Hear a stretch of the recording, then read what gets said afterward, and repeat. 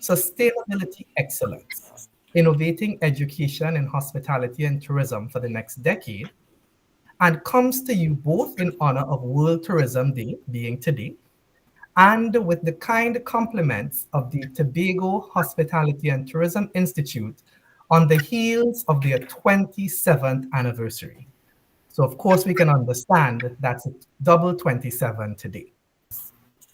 It is an honor to be your host for this evening's discussion, and I invite you to grab this opportunity to engage with the intellectuals, practitioners, and tourism champions on our panel.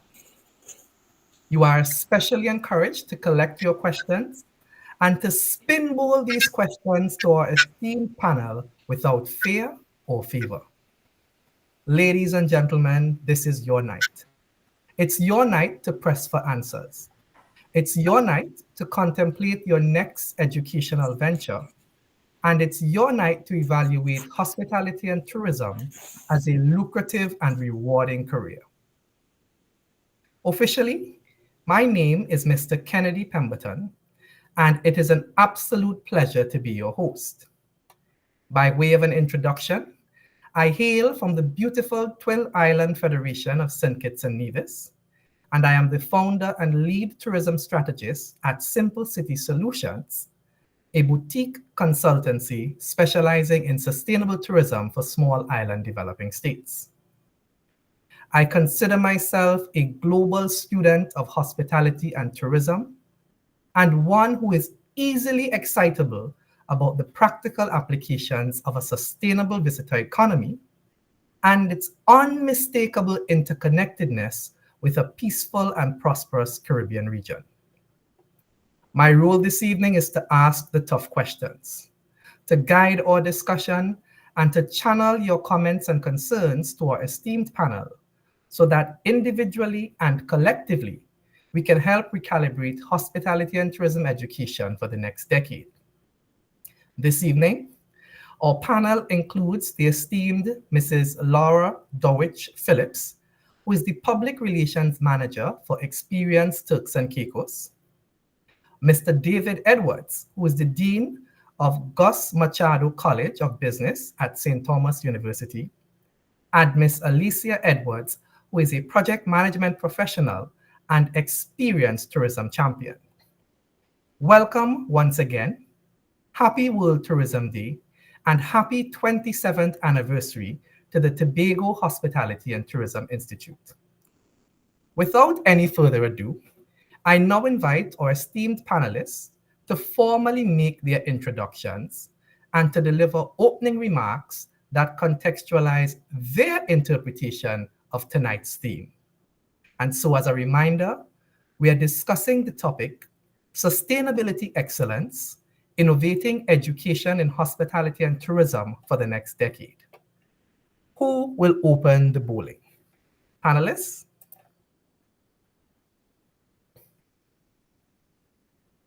Alicia, I see you smiling. Go right ahead.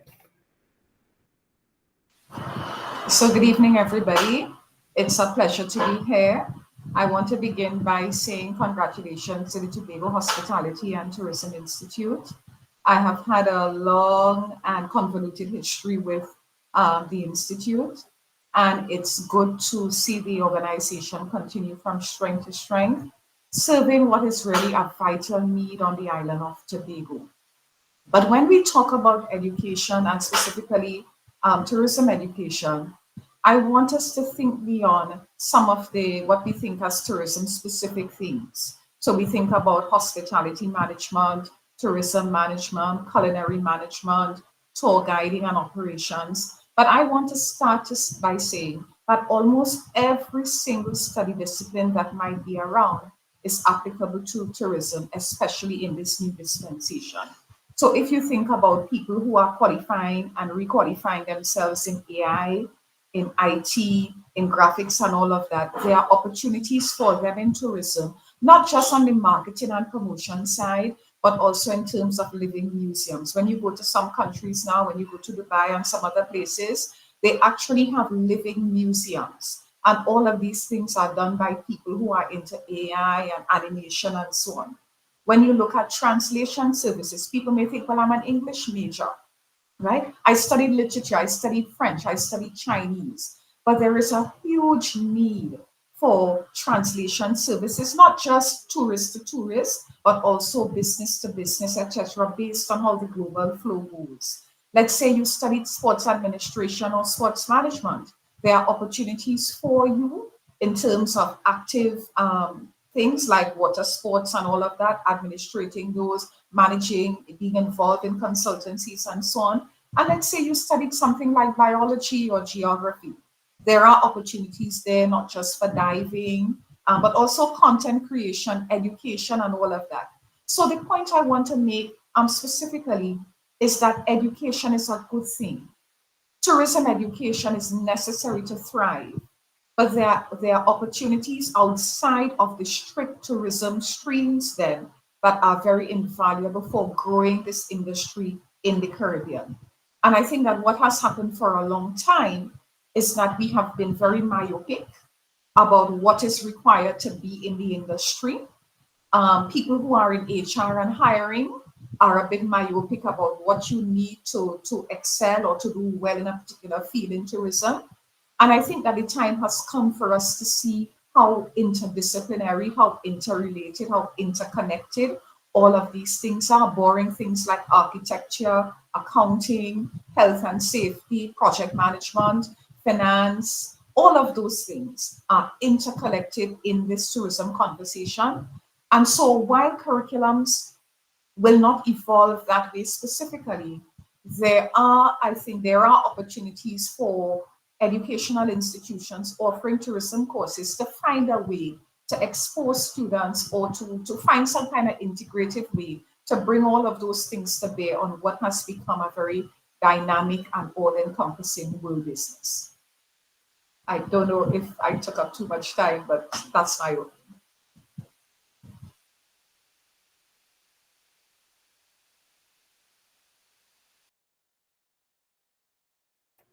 Sorry, yes, I said I am smiling. I have at least 4 questions already just from that first ball that has been bowled.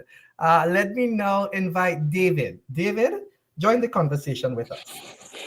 Thank you so much. And as I get in, I want to add my own congratulations on behalf of St. Thomas University to the Tobago Hospitality and Tourism Institute on the occasion of their 27th anniversary. And it's a significant milestone. 2 decades, approaching 3 decades, and counting, and the work that they have done over the years in educating professionals for the industry. So, really want to add my word of congratulations and happy World Tourism Day to everyone here. You can see from the number of attendees that we're all passionate about this industry, and rightly so, because tourism touches a lot more than most people recognize. It contributes in excess of 10% of global gross domestic product. And while I'm not going to bore anyone with statistics, but I want to start that out in terms of setting the context of the importance of tourism as a means for survival. And then when we talk about, if we look just that alone from the global standpoint, but when we talk about small island developing states like Tobago, that is multiples in excess of that 10% mark, where tourism is contributing to the GDP of the economy of SIDS. So the importance then now being established is the role of education, because obviously education is going to play a significant role in any economy, and the success of any economy, education is pivotal to that. So tourism education, we talk about that, and we mentioned the word now innovating, and that is very timely as well, because we would now consider ourselves in the post-COVID era. And when we look at where we were in 2019, 2019 was a very pivotal year or benchmark year for for the global tourism industry. And already now in 24, we're not in all sectors and categories back there yet, but we're approaching their 2019 numbers coming off of this COVID era. So the projection is for more growth, which means that education is again going to come to the fore.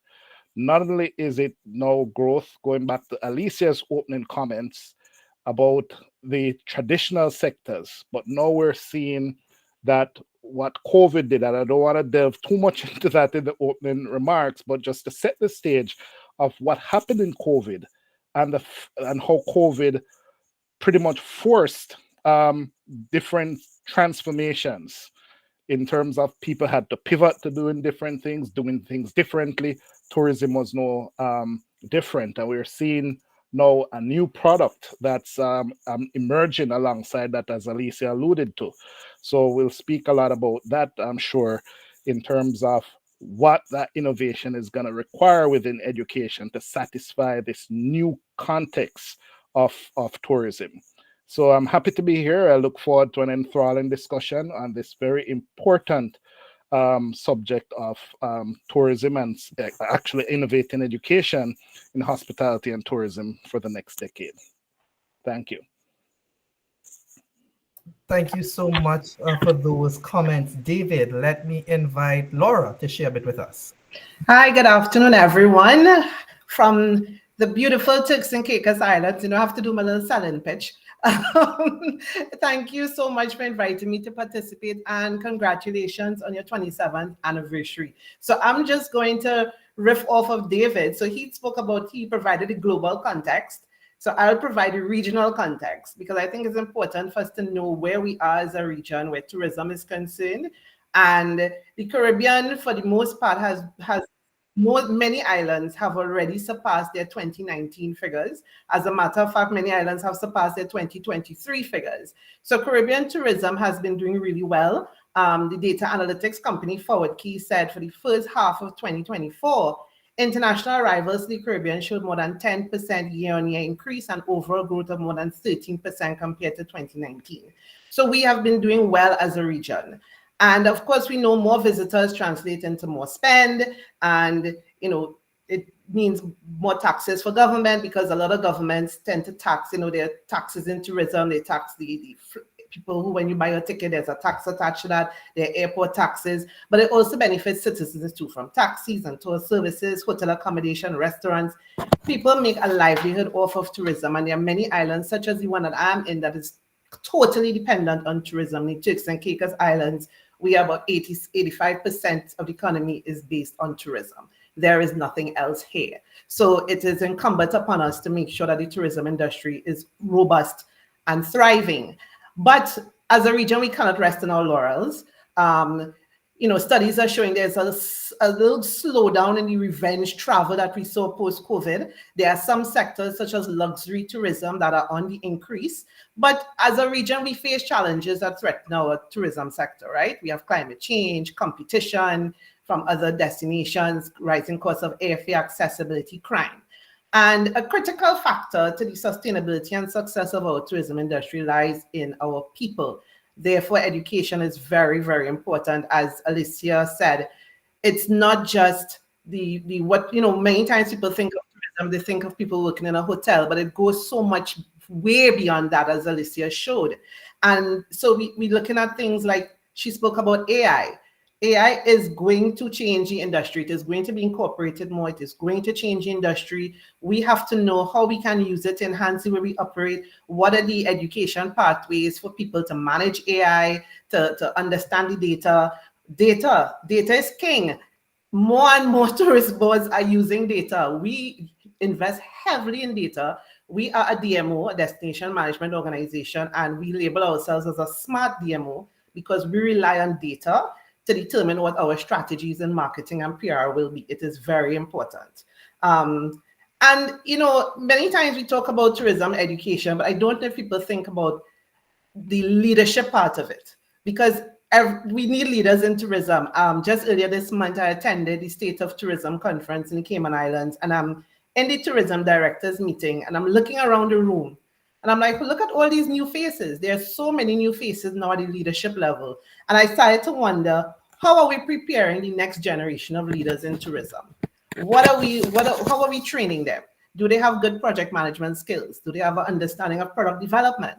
which is very vital to the visitor experience. Do they understand technology? Do they know how to analyze data? Do they have these leadership skills to handle a multi-generational workforce? Because the tourism industry, you have multiple generations. You have Gen Z who just don't want to be confined by anything, and they have Gen X who like to play by the rules for the most part, right? So it's different approaches to the way we work, and all of those things are critical to the success of the tourism industry. What about the soft skills? And more and more people talk about soft skills being important in this post-COVID world. We see how people emerge from COVID just angry. When people spend their money and come to a destination, they want things to work. They want things to be best, and they are very, very demanding. Do we have the skills, the empathy, the customer service skills? Are we creative? Can we easily pivot? Are we agile? All of how can education encourage some of those traits? So that is my introduction. Wow, so much to choose from coming out of those opening statements. Where do I begin? Okay. If you would allow me, Kennedy, Go ahead. I think that as Laura was speaking, and she talked about the next generation of leaders in tourism, I think that it would be remiss of me and of us on this 27th anniversary of the Tobago campus not to mention the giants on whose shoulders we are now standing.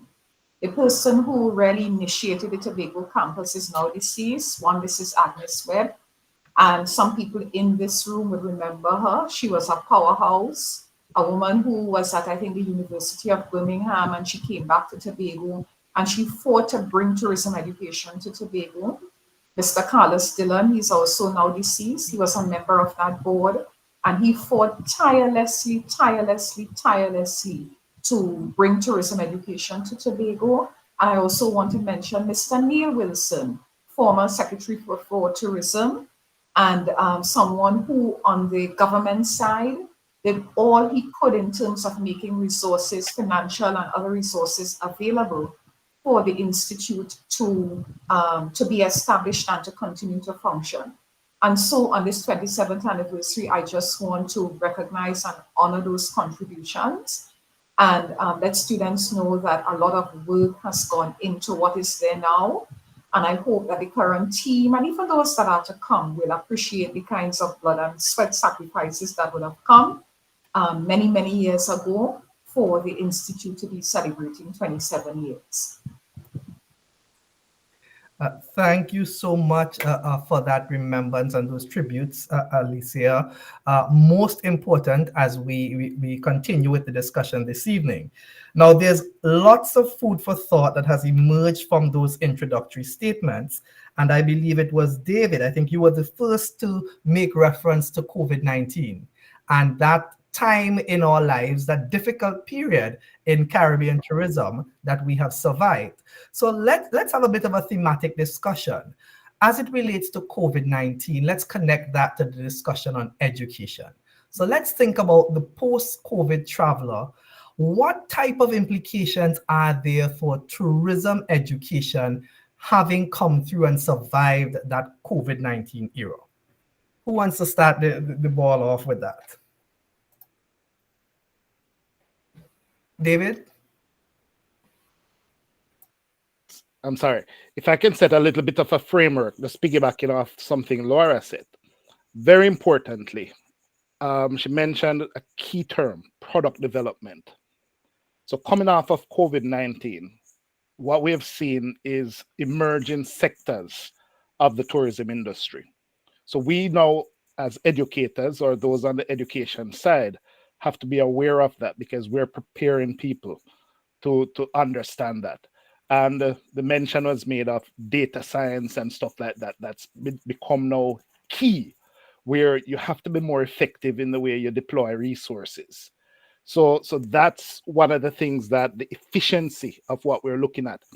Interestingly, Laura also, or somebody mentioned that there's a little bit of a pullback from the revenge travel. And one of the things, and I read an interesting article the other day that they were talking about, is it's not necessarily that that customers are not looking to spend, but COVID brought about a different mindset, and customers are looking for a different experience. So if you're not responding to that, they're not going to pony up the money for that. So, and I think we have to kind of set that context to understand where education needs to go in addressing that. Thank you so much. I want to Go ahead, support Anita. I want to support what David is saying, because in addition, a lot of things have changed since COVID. From where I sit, I think that the product has had to become new by force because of what COVID did. The clientele has changed significantly. What may have been a typical customer profile or tourist profile for a lot of destinations, that does not exist anymore. And so with a new client or with a new client profile, when your demographics change, that requires a whole shift in how you find that demographic, how you target that demographic, how you attract that demographic, and how you pull them into your sales funnel. But more than that, the business model has changed as well. We have a lot more asynchronous transactions happening. Yes, there is a need for that interface, but people are on their phones booking things at different times of the day. People want a different level of response. People are online on all these platforms comparing, so there needs to be a lot more transparency and value in what you offer in your product line. And so when you bring new product requirements, new clientele that are different demographic, probably same people, but with a different mindset, new business models that are emerging, what you find is that education and all the other things now have to catch up. But the catch up is not automatic, because remember, in order for your certification to be portable and recognized across borders, it has to be from an accredited organization. And when an institution gets accreditation, they get accreditation at two levels. They get accreditation at the level of the organization itself to say, well, this university, this college is accredited to do X and Y. And then there is accreditation at the level of the program. Now, once you change a program significantly, David might help us with the percentage, but I know that once you change a program significantly, that program has to be reaccredited again, and that's a whole other another thing. So there is necessarily this lag in the tourism education between what is required in the now and what accredited organizations in tourism can offer. And so there is that gap, there is that space that is there that somebody has to fill. And tourism trainers and tourism organizations like THTI and all the other colleges have to figure out a way of filling that gap. And the thing about it is that gap is not static, because by next year, there are going to be changes in the business model again. What clients want might evolve again. And so the providers of tourism education and people who are in tourism education or thinking about joining or leading or thought leaders in tourism education, they now have to grapple with all of that in order not just to remain relevant, but to ensure that the people that come out of their trainings are capable of doing what they have to do. And I think that maybe this is a good time to talk to students who are on the call about not thinking about what you're studying now as terminal. There's something that I like to call qualification fatigue. People go through a difficult program, maybe a 2-year or 3-year program, and then they go, I finish. But you can't be finished, especially in this business, you know? So I hope that when you're through with this program, that you're going to see it to the end for the THDI students and maybe other students in the region who are online, and that you're going to recognize how little you know and how much is changing even as you are completing this hurdle. And so there is a need at a personal level for a kind of responsibility to take your own knowing and retooling and your education in your own hands. And so a whole lot of things are in that mix. Okay, just two quick things before I ask Laura to sort of tag in with us. I know that we have persons who've started raising their hands already with questions. We're going to officially open for questions around the 6:50 mark. So definitely keep those questions on the tip of your tongue, and you can even start putting those questions in the chat so that they can be funneled up to me, right? So that's the first thing. The second thing before I ask Laura to tag in is that when it comes to tourism development, I usually see it as three major pillars in terms of the education.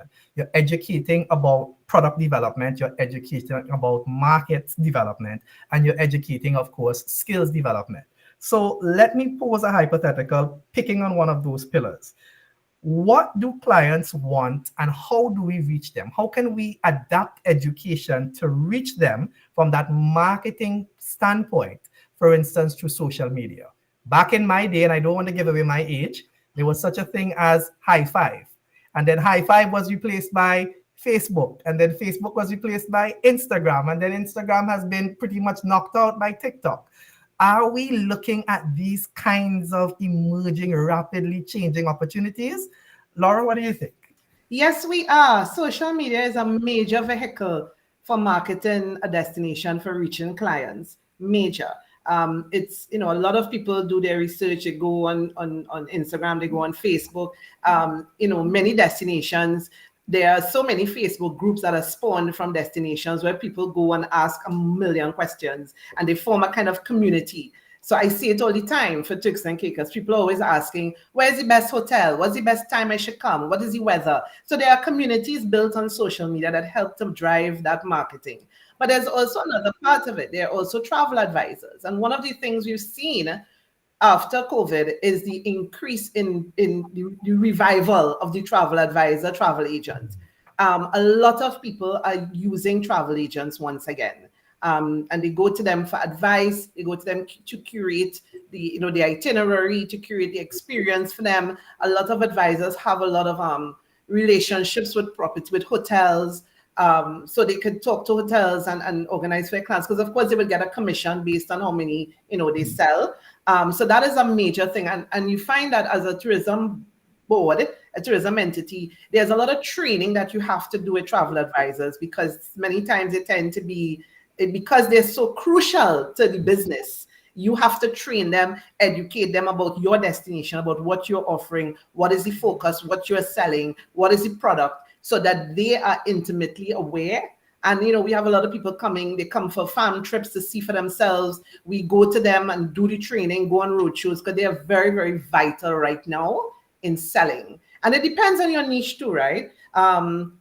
Luxury tourism relies a lot on travel advisors, because people, that market, they go to travel advisors. But you find that a lot of other people are doing that as well. People just don't want the hassle of sometimes just going on a website and booking their own flight. Sometimes they want the whole package. They want the flight, they want the hotel. They want you to tell them, okay, this is what I could do while I'm there. So that's become a very crucial part. So the education part of it is, Alicia spoke about being static, not being static. And that's the beauty, I think, of the tourism industry. It is ever evolving. And so it requires the schools, the institutions to really be agile themselves, keep on what the trends are, constantly look at what is happening in the tourism industry. So if it is that now travel advisors are the big thing, maybe that is a direction you can go in where training is concerned, courses that you can offer, the data, we talk about the data, which is super, super, super, super important, because it doesn't just inform what you do as a tourism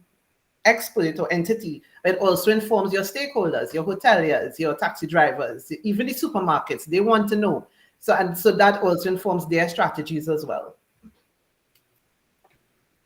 Thank you so much, Laura. And I think you've hit the nail on the head there, because that it starts to answer one of the immediate questions that came to mind. And perhaps this is a good opportunity for me to tag David into the conversation again, in terms of how could we integrate travel advisor negotiation, for instance, into tourism education? How do we integrate that use of social media, that art of going viral into tourism education? These real life tangible problems that make the industry a lot more practical to the person out there who might be thinking, what do I want to do with myself? What's an appropriate career path? So Thanks, Kennedy. And let me go back to some of the opening discussions about one of the things that we have to do with the help of industry is to really educate students, not at our level, at the college level, starting from the primary level, about the tourism industry, that this is a significant business, right? So, for example, in my university, the tourism program is housed in the College of Business. So, because sometimes there's a stigma attached, so we have to call a spade, right? Sometimes there's a stigma attached. So, to speak to some of the things, and when you have now this rapid change, is that we now have to, at the tertiary level, produce students who are able, once they get to industry, to, whether it's using the data to understand the changing, to do the forecasting, to look at the trends.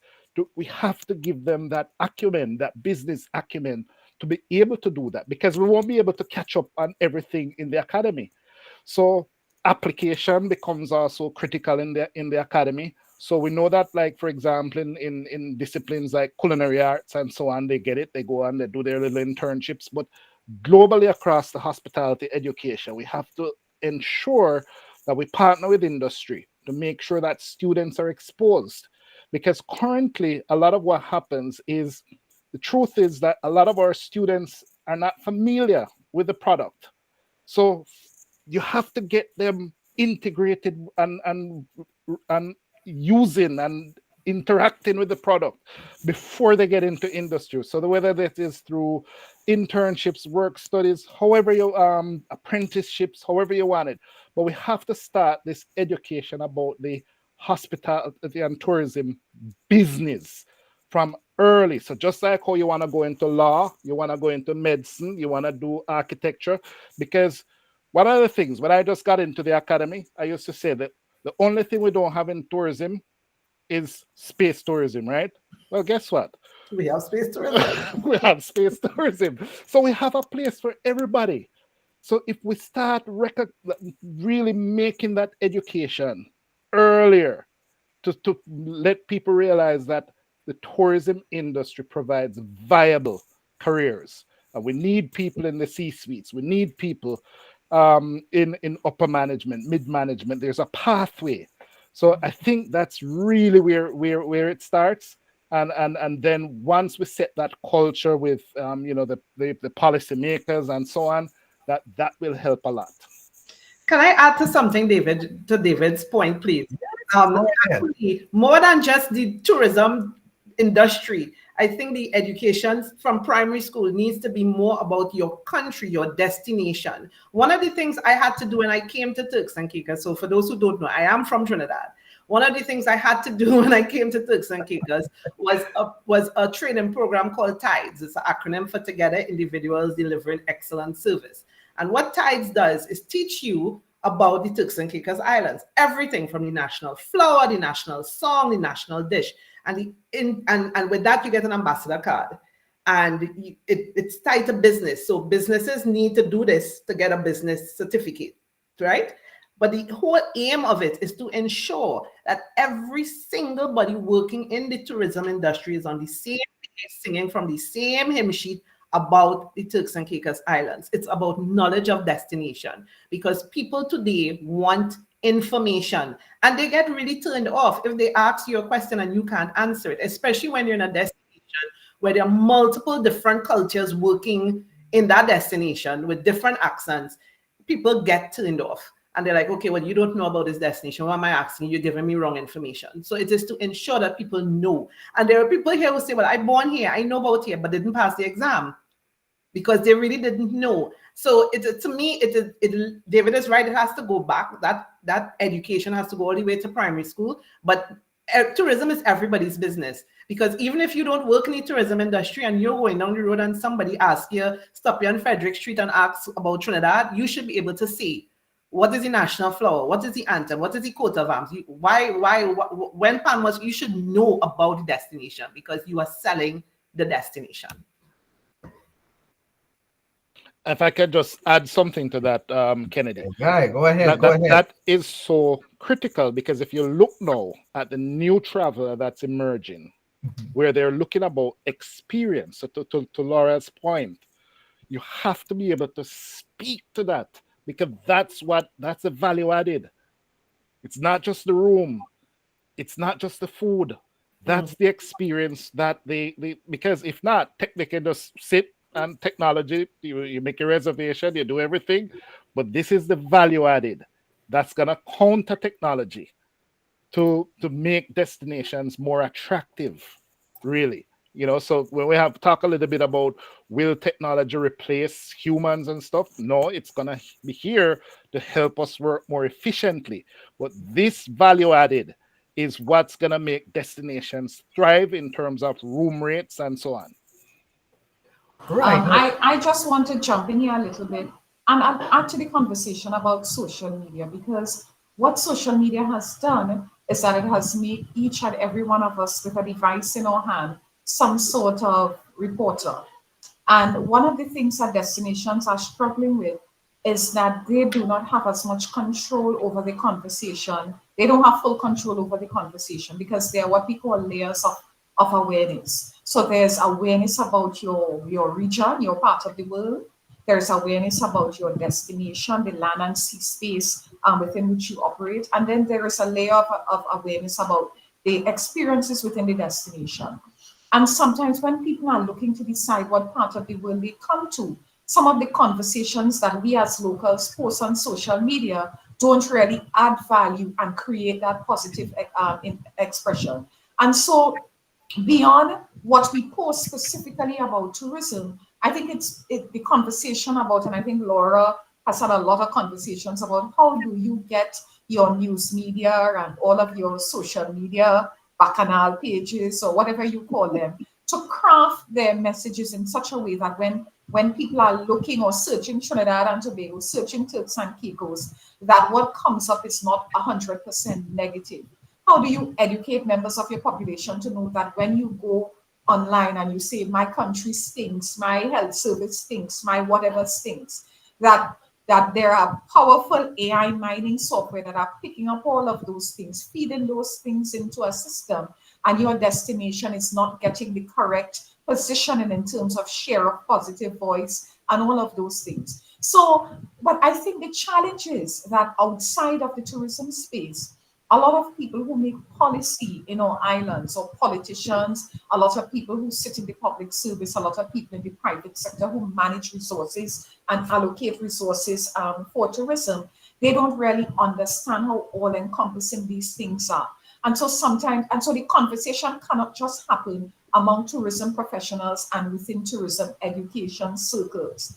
I think the education has to start at the top, because sometimes some of the things that our politicians say, or prime ministers or presidents or whatever, I mean, it's like, oopsie.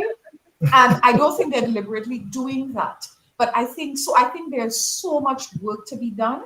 And if we stretch what education is, it's more than what we're teaching at places like THDI, but it's really letting people appreciate how times have changed and how you always have to be on script if your destination is aiming towards a particular growth path and along a particular trajectory. And that is so important. So, everything Alicia just said there are like 3 courses wrapped in that, right? There's understanding SEO, which is very important as in PR and marketing, because whatever messages you're putting out there, you need to understand how to put, have your SEO, your keywords in it, so that when people search your stuff, your narrative is what comes out on top. There's aggressive public relations. That is another course, good public relations. And also, just went straight out of my head. And good storytelling. It's important to be able to craft good stories for your social media, for your marketing. And these are the things that kind of help to combat, crisis management. That's the other thing I was going to talk about. Crisis communications. That's a very important thing as well to understand, to combat all those things Alicia spoke about, which is very, very real. How embarrassing it is to sit in Turks and Caicos and have people from here coming to me, showing me videos of things happening in Trinidad. It is embarrassing, because it creates a certain perception of my country that I can't lie and say, well, that will happen. It right there in video. Like, why are we taking videos of people getting murdered? I don't understand, but that's a whole other thing. But yeah. Right. Well, no, and I'm really enjoying the conversation. And I think just before we start taking live questions from the audience, we've been talking a little bit about, how does education need to adapt to the post-COVID traveler? We've also strayed into discussing education for survival, those practical approaches to hospitality and tourism education. Let's talk about authenticity. And let me pose the question this way. Is integrating authenticity, or how could we integrate authenticity in tourism education to sort of combat these types of things that happen organically?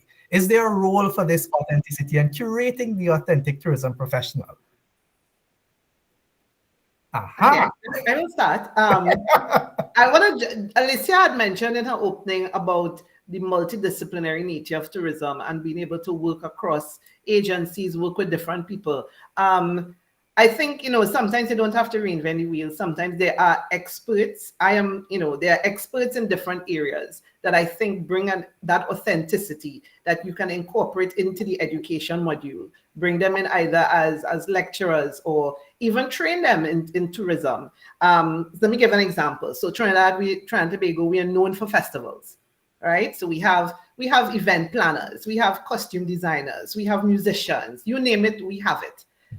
If we want to market our festival tourism, we don't need to start with a clean slate with somebody who knows nothing about anything about festivals or events. We can tap into those people and work with them to develop their product, to sell, to market and package. We could bring them into the institute as lecturers to teach about this thing. We have to use the talent that we have. I think the experts, the ones who are passionate about what they do, who are good about what they do, who want to be a part of the tourism product. Don't think that they are, because nobody's doing anything thinking too much about tourism, and bring them in. And that's I think that is how we get the authenticity. Right. I like that. Anyone else wants to give a perspective before we open up? Yeah, years ago, when I was at THTI, there was a lecturer called Mr. James, Mr. Henry James. He's now deceased. And he came one day with a proposal that seemed simple, but it was really one of the more important initiatives that we instituted at that point in time. He said, Ms. Edwards, it's hard to teach people tourism if they have not been a tourist themselves. And so he started a thing where there was an annual trip by students of the institute to another Caribbean destination or some other place.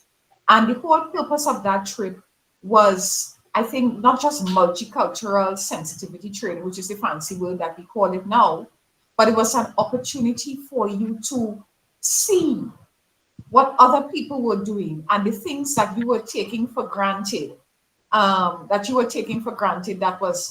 was special. So I remember on one trip, I don't know if anybody here, I saw Jackie on the call. On one trip, we went to St. Kitts, and Nevis, right? That's my home.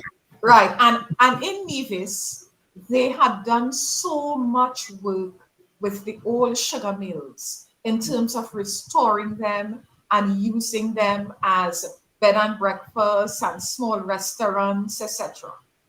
And the conversations that happened afterwards in terms of Tobago having that same rich sugar industry from slavery history, having so many abandoned sugar mills and sugar plantations and estates, and not finding a way to monetize them as a tourism product, a tourism development product, that was not something that you could have taught in the classroom.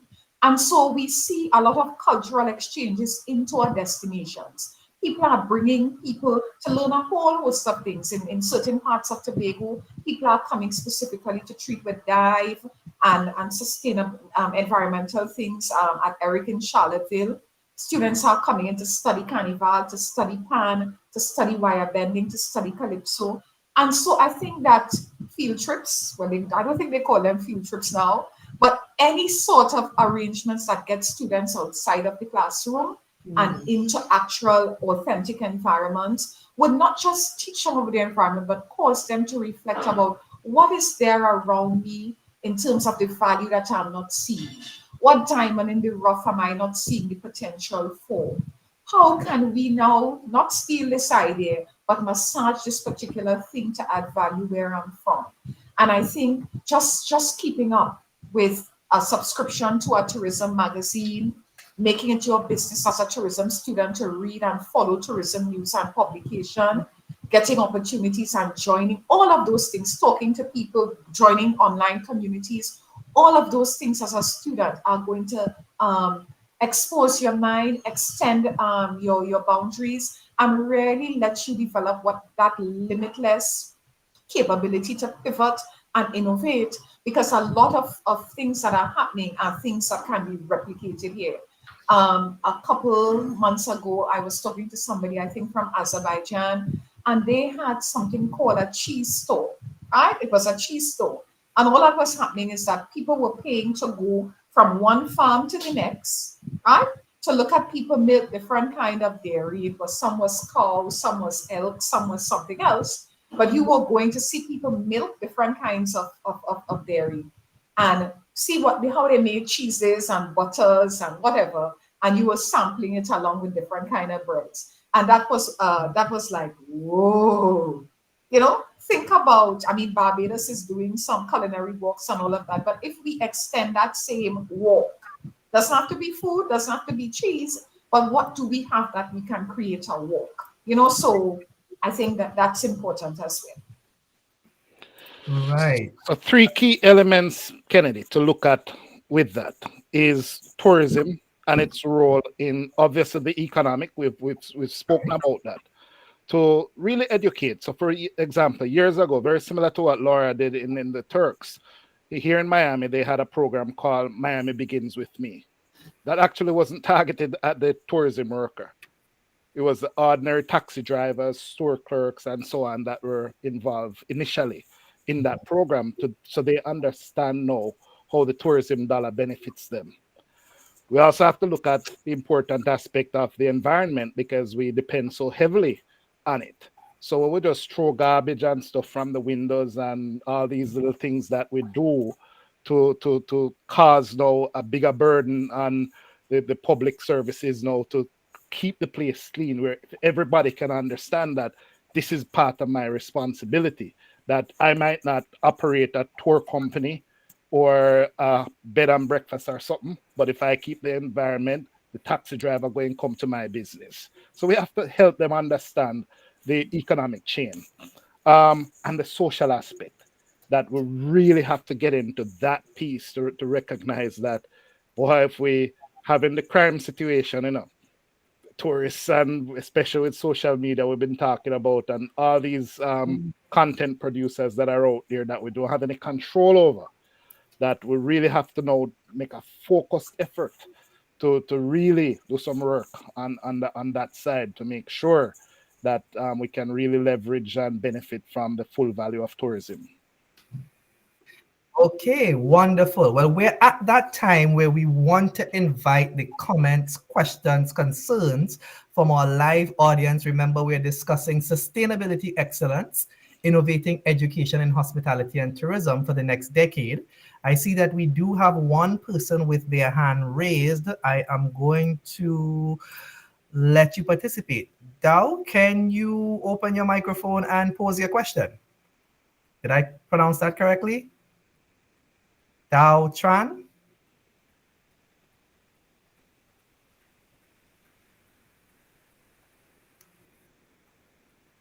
Dow, are you hearing us? All right, while Dow gets their technical issues sorted out, let me jump to Ornella. Ornella has a comment.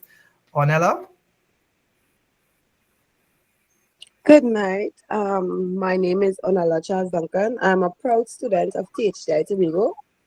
I would say persons who deciding to okay, before I knew about THDI and opportunities there are, which is amazing with the opportunities that I have now known that they give to people.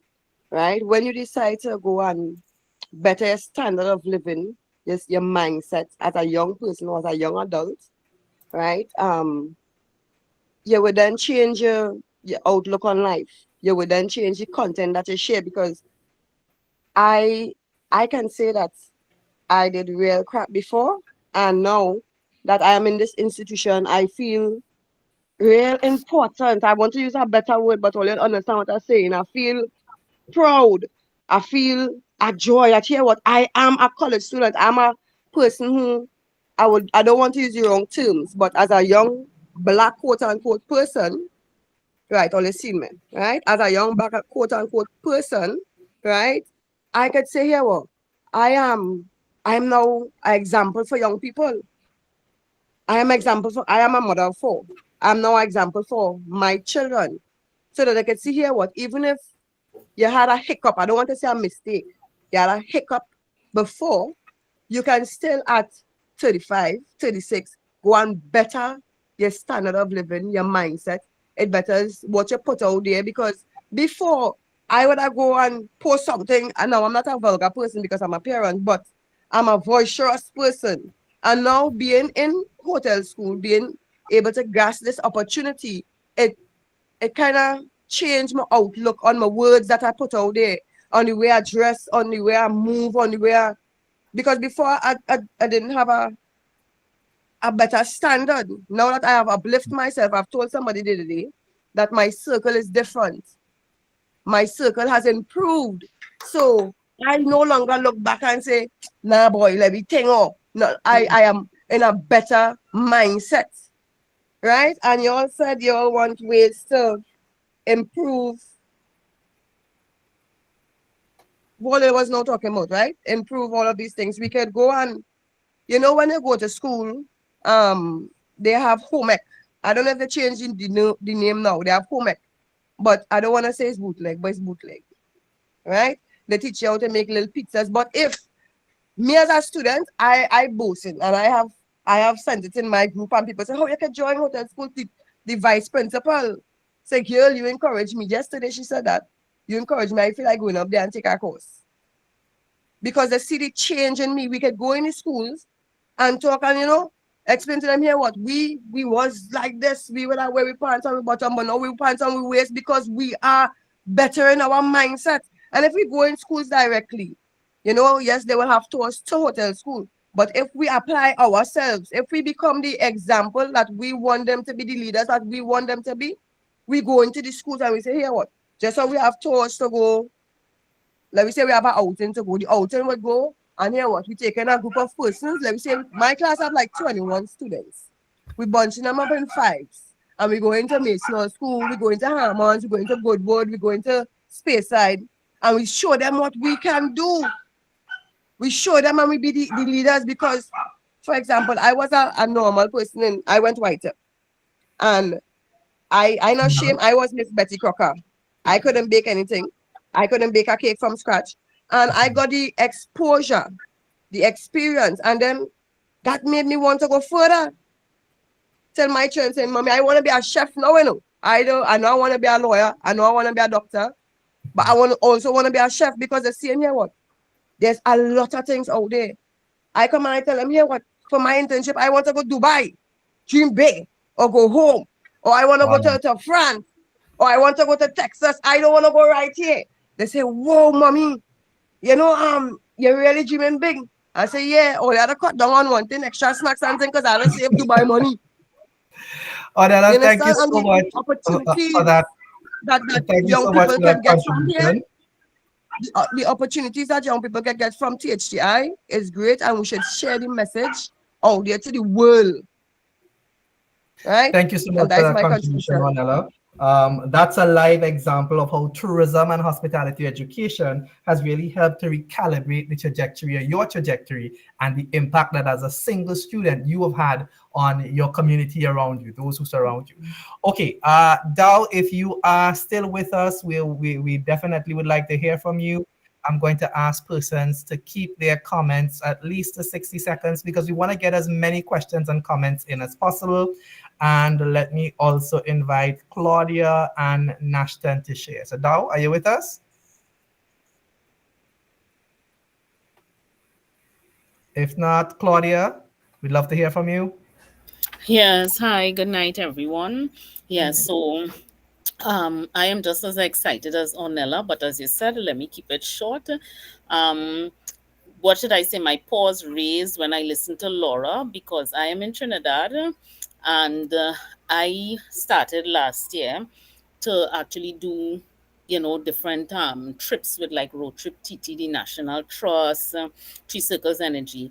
And in doing one of the trips, I ended up speaking to a tour guide and I ended up doing the tour guiding course offered by COS that I just completed it. Our lecturer actually got an award, for her work from for Independence Republic, the awards that they give out. And listening even to Alicia. And when I was going around in Trinidad, I said it was so nice to see the amount of places that we have here that we could monetize for tourism. A lot of things, these derelicts, and I like what Laura was talking about with the course that she would have had to do in Turks and Caicos. And really and truly, we need to do that because people don't love our country. We try to travel, get foreign exchange to go everywhere else to see what we have right here. So that is my contribution. So I'm really grateful that you all are doing what you're doing, and I really hope a lot more people and the government come on board to get us, because I think we could spend money here with tourism and get people off of the streets, employ a lot of people. So that's my contribution. Thank you for those comments, Claudia. Let me now invite Nashon, followed by Kathy, to make their contribution. Nashon? Hi, good night. So the conversation before, I was hearing Laura talk about a lot of stuff, right? And it was very informative for me. But my question is, how do you go about branding your island? Like when we think of places like Turks or St. Barts, we think of luxury. They have facilities like Nikki Beach and a lot of members clubs, right? As somebody who travels a lot, we have programs such as Hyatt members, Marriott, Bonvoy, World of Hyatt, stuff like that, right? And in Trinidad, yes, we do utilize social media. We have the hashtag visit Trinidad, visit Tobago, and it's pushed a lot, but there is not a unique value proposition. There's not a brand attached. It. Yes, we have Carnival at the beginning and the end of the year with Trinidad and Tobago, respectively. We have Jazz Festival, but those are like one-time things during the year. How do we brand for like longevity? Before we answer that question, let's take the comment or question from Kathy, and then we'll come back to the panel. Kathy? Hi, pleasant good night to everyone. What I would like to contribute is that I have been in the hotel industry since I left high school. And the last hotel that I would have worked, because I would have worked with people like Mr. Carlos Dillon since in Mount Irving, may God rest his soul. And the last hotel I worked would have been Magdalena. And you're actually seeing in Tobago especially, customer service is dying. And this is because persons are not taking this whole idea of customer service seriously. Why is it we actually, okay, so for example, for me, I actually left the country, went to Curacao and actually see what it was like being on the opposite side. Hence the reason why I could afford to say customer service on our beautiful island in the hotel industry is dying. People need to actually step out of their comfort zone, go and further their studies to see what it is we are actually supposed to be doing to boost tourism on our island. Right? So that is basically just my contribution. But as I said, it is dying. I have been in the hotel industry, as I said, since I left high school. And I only took a break because I just wanted a change. But honestly, I am ready to go back. I am ready. Thank you so much for that, Kathy. So over to our panelists, we have the question from Ashton. How do we go about branding our destination? And of course, we have the comments in relation to customer service. Let me pose a question as it relates to customer service. Is our hospitality and tourism education system adequately helping students overcome the differences or understand the differences between service and servitude? That's just my take on the customer service comment. Who's gonna jump in first? I'll tackle that one, Kennedy. I think by and large, yes, that once students come into formal institutions, that they recognize that this is a serious profession and career. So that helps a lot. One of the things that I would want to, in terms of looking at the theme or the topic for tonight, in terms of innovating education, then challenge the educational system now is we have as new products come on stream the need for more talent, more labor, right? So a lot of positions, not only on the island of Tobago or across the Caribbean region, but we can also look now to see labor, talent as an export product. Because if you look at the United States, for example, there's over 1 million open positions in hospitality and tourism, cannot be filled. So in the academy, we have to get now a little bit more creative in how we approach bringing people to the fold. So we have people who may have, we talked about, are we developing the leadership pipeline? People who have been working in the industry. Can we now look at, say, taking a portfolio of the body of their work and using that to give them some type of academic credit to recognize what they're doing? So we can bring them into the stream to further upskill them from an academic perspective, so they can, if you thought that you could only be a line worker or a line supervisor, you can start getting up now to be a middle manager or something. So we have to, at the academy level now, start looking at that. How can we get more talent into our institutions? All right, thank you, David. I just want to jump in here on a couple of things.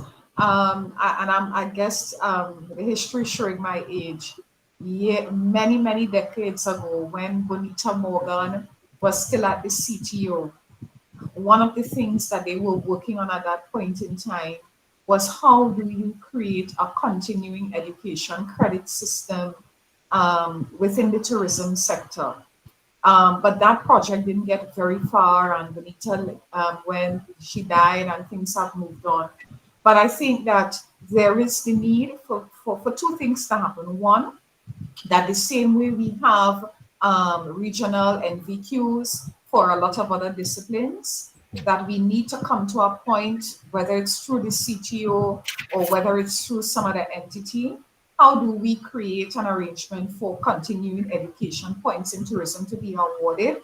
Because a lot of our more experienced practitioners have not had the rigor of a program such as the ones that we now offer, but they do have a lot of knowledge that should be accredited to them. The second thing that I think that we need to do is to find ways for training organizations to partner with other people in different other organizations. So, for example, there may be an opportunity for THDI to partner with UE on specific things, whether it might be international relations courses or some cultural sensitivity training. There may be an opportunity for Roytech to partner with THDI to offer some media relations training for students who might be interested.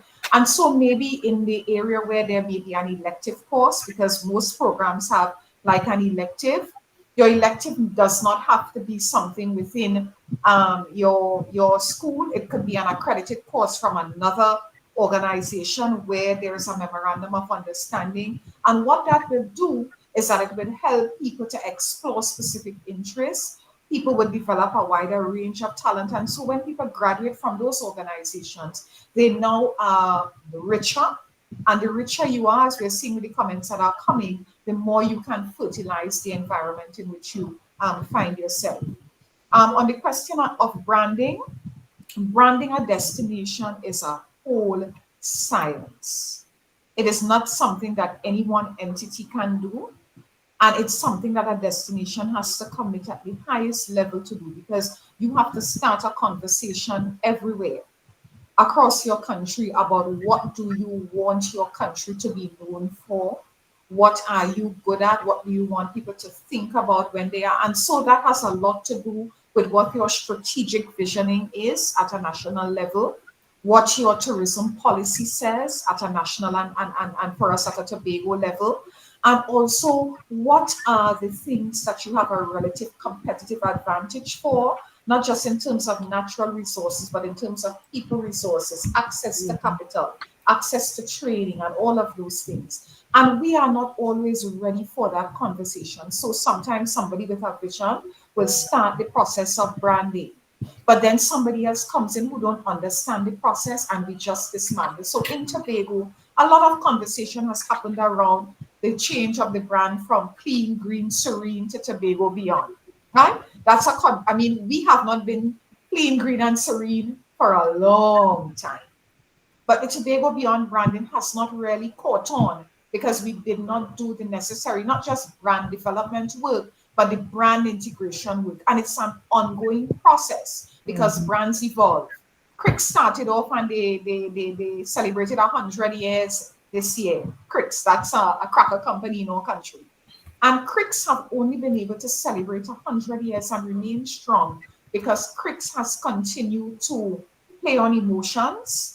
Cricks have continued not just to take flour and water and salt and make this, because they're making the same product, but to find a way to become a part of the fabric of the society at every generation stage and to remain constant.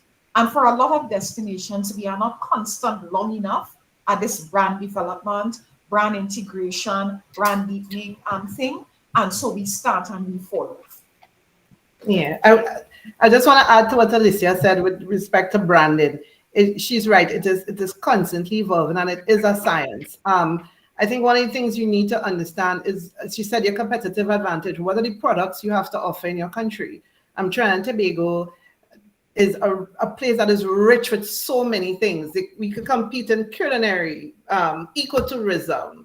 Tobago has the beautiful seas. We have history, we have festivals, you name it. What are the products you have to offer? And then who are the markets that are available to consume these products? Also, what can your country accommodate? Because there are countries that do mass tourism, and so they're known for that. For Turks and Caicos, for instance, we cannot do mass tourism. It's 40 islands and keys, but it's a small country. We don't have properties to accommodate 8 million people like the Bahamas, right?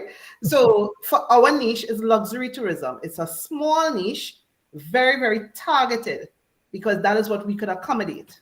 And you find you will have the resorts and everything that could cater to that niche. So you have to understand all of those things. And then you decide, as Alicia said, what is the focus? What do you want your country to be known for?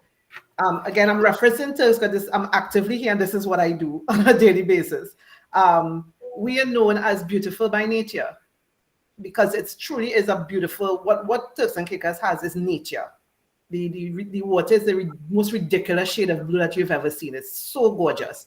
So we are known for that, beautiful by nature. But as Alicia said, things evolve. So now, while beautiful by nature would have been the branding that was traditionally done for Turks and Caicos, now our focus is selling the destination as a multi-island destination because it's 40 islands and keys, 8 of which are inhabited, and the government decided that too much of the largesse from tourism was coming to Providenciales, which is the commercial tourist hub, and the other islands weren't benefiting from tourism. So as a DMO, our mandate is to ensure that every single person in the Turks and Caicos Islands benefit from tourism. So now our branding is multi-island destination.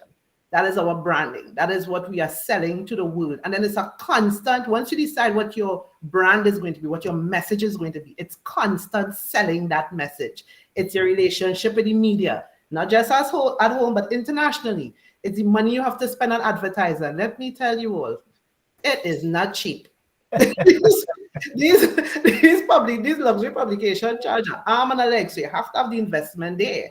It's your relationship with your travel advisors again, how you educate them on the islands, what each island has to sell, what each island is promising. We sell in barefoot luxury, so we have to show that in each island this is what you're getting. We have to sell the properties, the accommodation. All of that is in keeping with the brand of us as a destination selling a luxury product, which is why the training, to make sure everybody is knowledgeable about the island is so important, because we have to have a minimum standard at least. So even the taxi drivers, they have to dress a certain way. Their cars have to be in a certain condition. You can't sell luxury and you're jumping in an old taxi by the airport. The taxis have to look a certain way. The properties are ridiculous, because again, that is what we sell, luxury. So you have to determine at the time, and as Alicia said, from the governmental level, what you want your country to be known for. And then make sure your messaging is in keeping with that, your visuals, the kind of conferences and showcases that you go to, because all of that helps to sell that brand. Right. Well, we have two more questions from persons for the panelists, and I'm getting a distinct theme coming out in all of the answers. And that theme says that when it comes to hospitality and tourism education, practicality is king, right? So the education has to be relevant, it has to be responsive, it has to be aligned. So within that context, here are the next two questions from Adrian. When it comes to space tourism, so Adrian is thinking beyond the stratosphere. When it comes to space tourism, how would one go about applying to work for a space hotel? And what qualifications do you think would be needed? That's the first question. And then we have a question from Avalon Sandy. So specific to Tobago, so again, very contextualized. What can the THTI do to help start teaching tourism in primary school? Questions. I like the spitballs that are coming out this evening. Well, space tourism, obviously, right now it's a lot of the private sector that's leading that charge. So it would be to get aligned with some of those companies to see if you can get a foothold in the door. Obviously, that's probably going to be very competitive.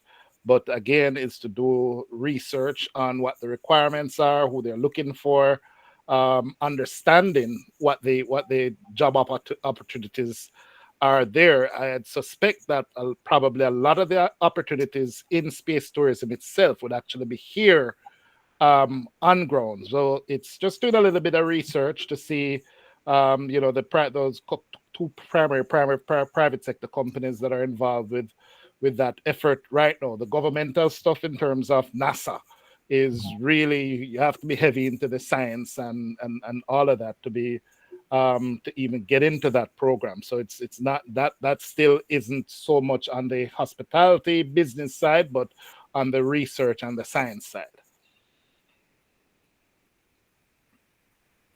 But again, if you're looking at a suggestion there is to become entrepreneurial. And what is it that we can replicate here that simulates that? So maybe is a simulation experience that you can create, people like that sort of stuff. Now, I'm curious. I don't think I want to spend a few $100,000 to leave Earth to do the same thing up in space. I'm looking for somebody to bring something new and edgy to me that I can brag about to my friends and say, hey, you have not experienced the new frontier of tourism until you've done XYZ in space, right? That's the kind of curious mind that I have. But as you know, it's still early days yet, and it's still evolving. So somebody who comes up with a great idea and make it a little bit more affordable will probably be at the forefront. I like that. Any thoughts on the THTI's possible role in tourism education in primary school? I would want to take that one. I think that in Tobago right now, multidisciplinary committee has been put together to make the curriculum more Tobago-centric. And I know for sure that some part of the discussion about that curriculum has to do with more tourism education within what is traditionally called social studies. But for now, I think that the Institute is a perfect place for field trips. A lot of, I don't know the extent to which they open their facilities and doors to primary school children, but I think that it's an excellent opportunity to start with simple field trips where students will go and see what is happening at the school, go to the kitchen, do whatever, see what's happening on the compound. And then there's also the opportunity for persons from the hotel school, students like Ornella, lecturers, other people in the industry, members of the board, to actually go to classrooms and share about tourism with students. But it's not just what schools and what THDI can do. I think a big responsibility for education, we don't like to talk about it, falls on parents. Parents have to parent better. Parents have to prepare children and young people for this world, this changing world that we're operating in. And so while THDI and other entities may do what they have to, the raw material that comes to you has to be a raw material that is better equipped for a different kind of world. And so I think that at a national level, we have to start holding parents accountable for not just feeding and clothing and giving children a place to sleep, but actually giving children experiences about the places that they live, the islands that they live, the things that are there, the opportunities that are available for children, so that they can start thinking bigger beyond. So education becomes more about possibilities than just about tests and grades. I want to make a suggestion that, you know, the Tobago Hospitality and Tourism Institute could probably work with THA, or maybe this is something that could be led by the THA and THDI, work with them to establish tourism clubs in schools, in primary schools, as well as the secondary schools. And that they have them already, Laura. They have them. Right. Yeah. And but just at the level of the secondary schools. Just at secondary maybe, schools. Yeah. Right. So maybe something can start from primary school. So when they go into secondary school, they're already familiar and then it could continue. Right. Because the Tourism Youth Congress that took place in Cayman, where Tobago came second, I believe it was. Yes, she was really good. I was so impressed by the level of debate and the way these young people, you know, really put forward their ideas, and they had some really good novel ideas. And so I think it would be a good graduation from primary into secondary, and then you have something to aspire to possibly becoming a Caribbean tourism ambassador and getting to go to all the conferences and travel and stuff. So maybe something you could initiate from primary school. Definitely. Okay, so we're winding down. I see we have three more hands raised. I want to give Dow the opportunity to come back and to pose their comment or question. I'm hoping that you can hear us and we can hear you now. So Dow, Juliana, and the last question will go to Ornella. So I'm letting all of you in. Dow, can you hear us? Can you hear me is the question. Yes, loud and clear this time. Yes. Excellent. Good. I actually left and then came back. And that's, that's like shutting off the computer and making sure that it works, and then you just unplug everything. Perfect. Thank you for letting me speak. I am not from the island, although I would love to be from the island. I have visited Tobago for over 25 years to scuba dive. My last visit that I was just at, it was actually not a vacation. It was what I called a work vacation, because I have been doing a lot of research about Tobago and wanting to learn a little bit more about why there is. Are you having a hard time hearing me? No, okay, loud and clear. Okay. So I was wondering why there's a problem with the education system in Tobago. And so when you were speaking, Ms. Edwards, about the education, it is compulsory.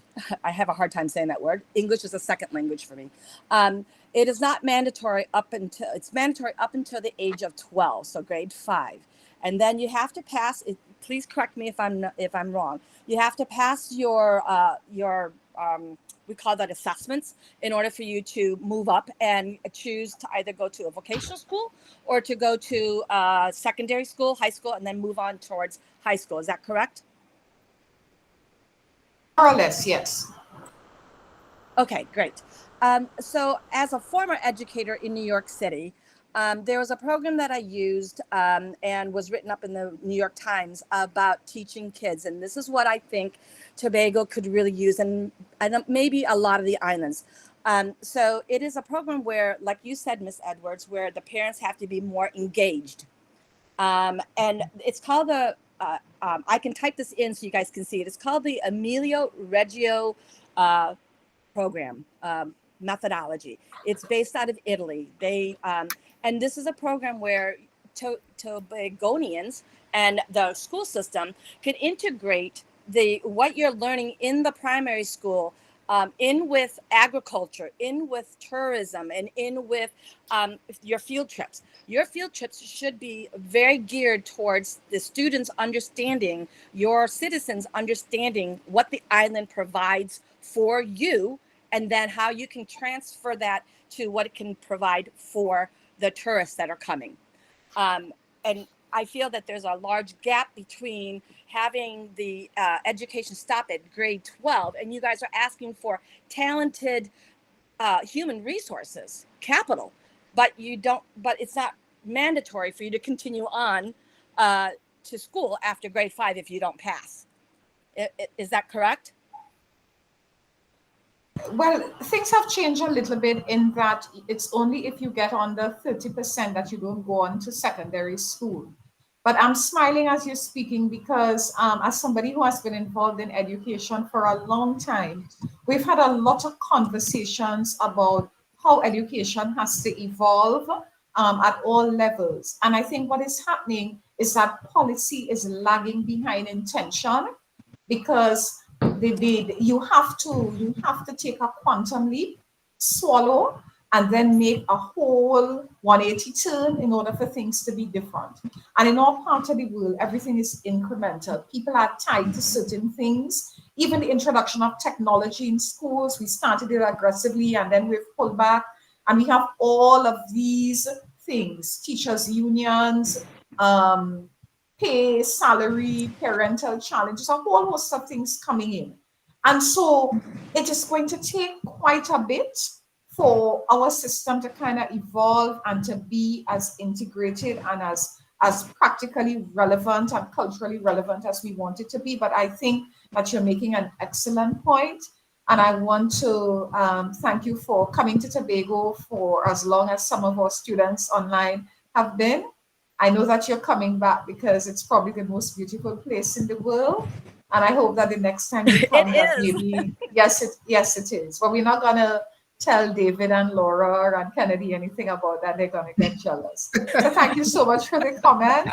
And thank you so much for visiting our island and being interested in general about what goes on in Tobago. Thank you so much. Yeah. Greatly appreciate it. Juliana? Thank you.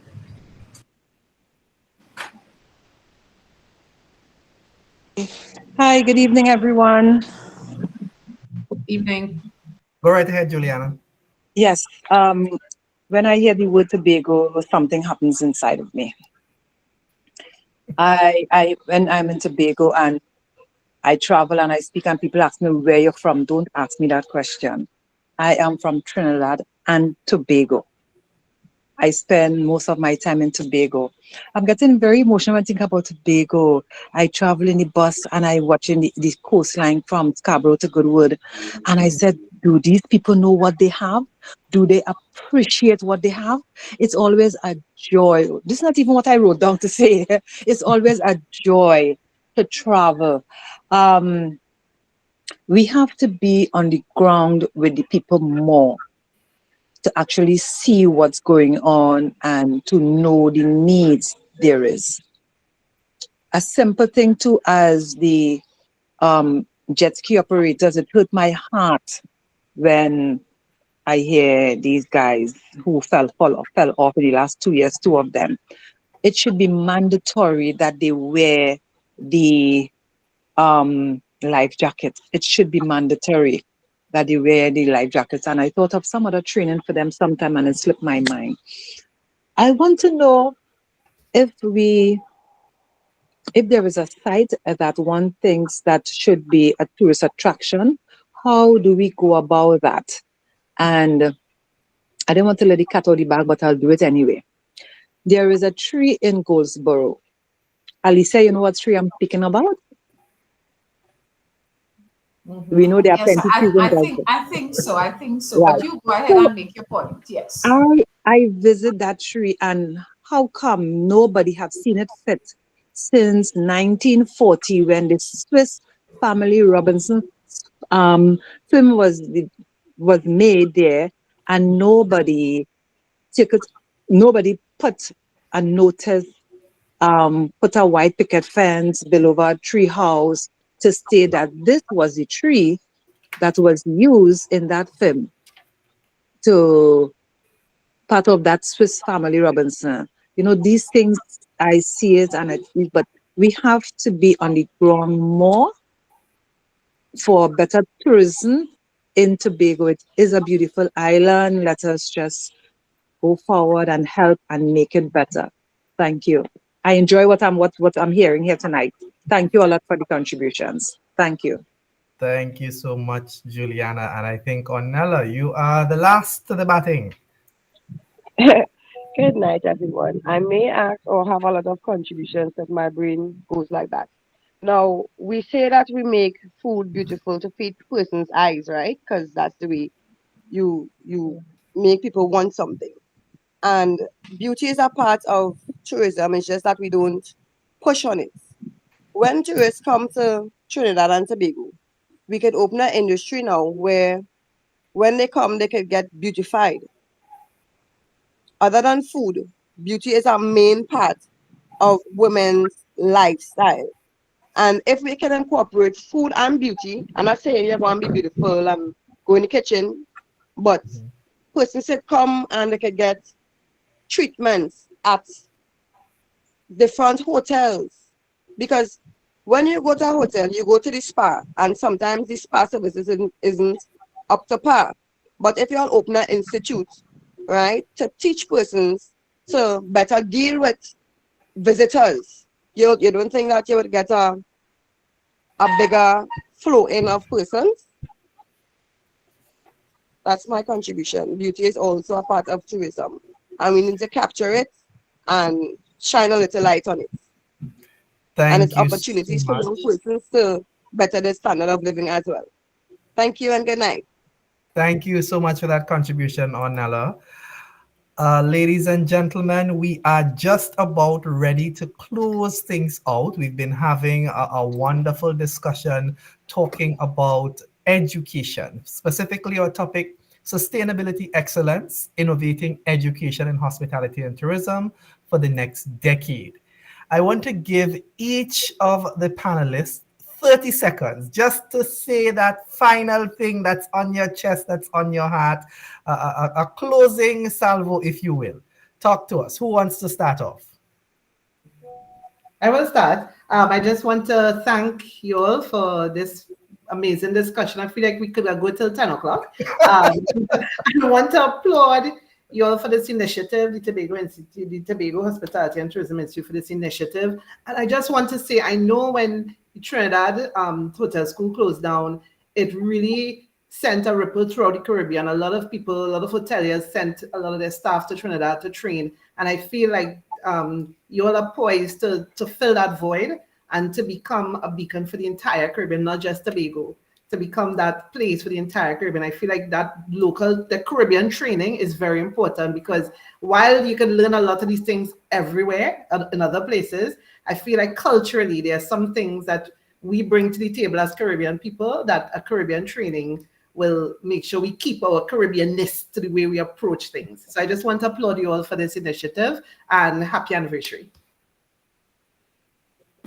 I want to close by saying that it's wonderful that the hotel school is celebrating 27 years. And I think that this is an excellent way to remind students that tourism is still alive and well in Tobago, and that tourism can grow. I know that where there is a new airport terminal being built in Tobago and a whole lot of infrastructure developments that are either happening or in train.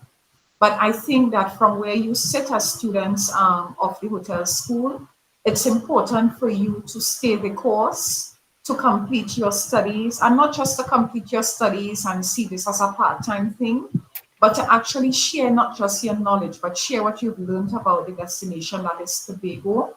Continue to move around the destination and see it with different eyes. At every point in time, wherever you connect or where you find people, speak positively about Tobago And you don't have to be a paid ambassador to do that. I love Tobago.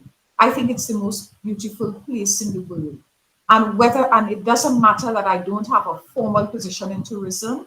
I see myself as somebody who can influence people to come to the destination, to be a part of the experiences in the destination. And so I experience my life here as a tourism. I share, I post in a particular way. And so as you know more and understand how nuanced and how far-reaching some of the things that you do in your everyday life are, as you complete this course, I trust that you will operate in a way that will make you be an informal tourism ambassador. It has been a pleasure connecting with you. I love talking about education and Tobago and all of those things. And so I'm really, really grateful for the opportunity to be a part of this panel. And I trust that the celebrations, that maybe when THDI gets to 50 years, I may still be around to talk about what was happening in year 7 and year 27 and all of that. So thank you so much, everybody, for bearing with me. So to really wrap this up, I'd say from my side, first, congratulations to THTI for putting on this panel. So we'll talk about innovation in education. This is innovation in education being applied, real life, right? So we've used the modern technology, and I think we had connections, at least from the US mainland, from Tobago itself, probably from Trinidad, from Turks, obviously. So this was a global audience listening to this. So this is a bold endeavor in terms of where we need to move the education, because this is education itself. This was a great educational session. And hopefully now, as we have more and more of these conversations, that people start understanding the importance of tourism, the far-reaching effect of tourism, so they can demand more of the policymakers. If that's what education is, not only what we teach in the classroom, it's this kind of forum where people get informed about the social aspect of it, so they can demand more from their representatives. They can speak from a more informed position because they understand the business and the dynamics of tourism a little better. So again, innovative education on display. I was happy to be a part of this, and I look forward to continuing the dialogue with you all. And I really want to say, from Laura's perspective, that it is important that you have to keep the Caribbean connection, because that cultural perspective is so important, and that cultural nuance. You can't get that in North America. You can't get that in Europe. You can't get that in China. So we have to really make sure that this educational framework is really developed and evolves as time moves on. Thank you so much for allowing me to be a part of this. And congratulations again to THTI on 27 years. Wow, wonderful, wonderful. I love those comments. And just allow me a minute or so to share some of the key takeaways. I mean, we've discussed so much this evening.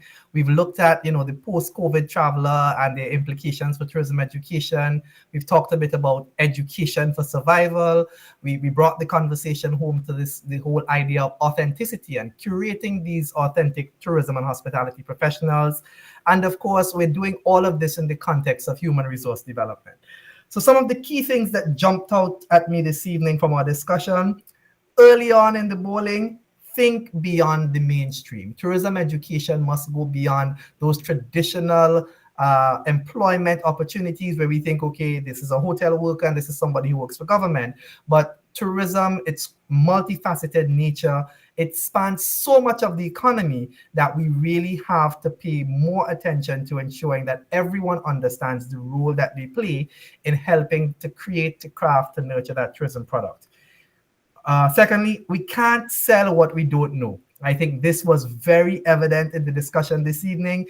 We have to know our country. We have to know our destination. We have to know where are the best places to eat local food. What are the best beaches to go to if you want to be undisturbed and have that, authentic local visitor experience. Connect with industry to make sure that the education is practical. I think that was one of the things that we drove home quite a bit this evening, the practicalness needed in the hospitality and tourism education, making sure that we create professionals who are fit for purpose, as it were, to take the Caribbean tourism industry to bigger and better places. Tourism as a business. This is one of the themes that really stuck with me. We need to be able to unpack the tourism industry. It's triple bottom line: people, profit, planet. So looking at the social, economic, the environmental, we need to help the persons who are involved and even those who don't think they're involved to see the interconnectedness of this great big business wheel that is tourism. Cultivate our homegrown talent. There's lots of opportunity in tourism and hospitality education to ensure that we leverage the expertise, the homegrown, authentic expertise that we have, bring it into the classroom, and make the industry and the education a lot more practical. Experience is key. This is one of the themes that, again, came out very, very strongly this evening. Some of the final thoughts. Okay, branding takes a village, right? It is a multifaceted coordination of many different stakeholders, players, interests. We need to look at, what do we have on offer? Who are our consumers? What can the country accommodate? And what do we want to be known for? So these are some of the essential elements of branding that came out in the discussion. And of course, finally, there are opportunities for us to fill the gaps. I think the statement was, policy is lagging behind intention. And so as tourism educators, whether the academic education, the practical education, we have an opportunity to recognize those gaps and to quickly bridge those gaps in a way that doesn't require a full course reevaluation or reapproval. Or reapproval, but rather the extension of the information, the relevance of the examples, the locality of the examples, making sure that Caribbean destinations are featured in best practice works and so on. These are some of the creative opportunities that we have. Ladies and gentlemen, I just want to thank you. I want to thank all of our panelists. I want to express sincere thanks to the Tobago Hospitality and Tourism Institute for organizing this session. You have been wonderful guests. I hope that I made the session enjoyable and light. And thank you for having us. We really enjoyed it. Do have a wonderful evening and happy World Tourism Day once again. Okay. Bye.